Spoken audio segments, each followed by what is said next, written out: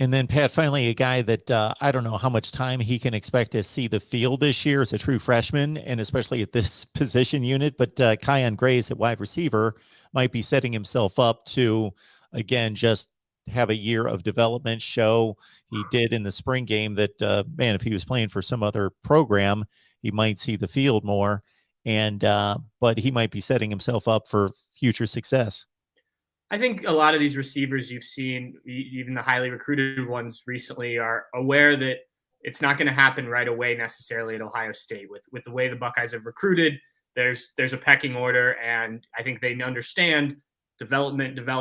You get on the field, you're likely a top NFL draft pick, and you saw that process with Chris Olave. You saw it with Garrett Wilson. Now both of those guys ended up playing as freshmen, but the room wasn't as deep. Jackson Smith and Jigba played a little bit as a freshman. Then he had the big year last year. Julian Fleming hasn't come on quite yet.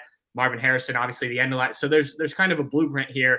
Develop, wait your turn. You're going to get your shot if you continue to get better. And, a guy like Kyion Grayes, Caleb Burton, also, both guys had 2 catches in the game. They're guys that, yeah, you're right. They may not have a huge impact this year unless there's injuries in that wide receiver room, but the talent's there, and they're going to continue to work with not only the other wide receivers in the room, but these quarterbacks.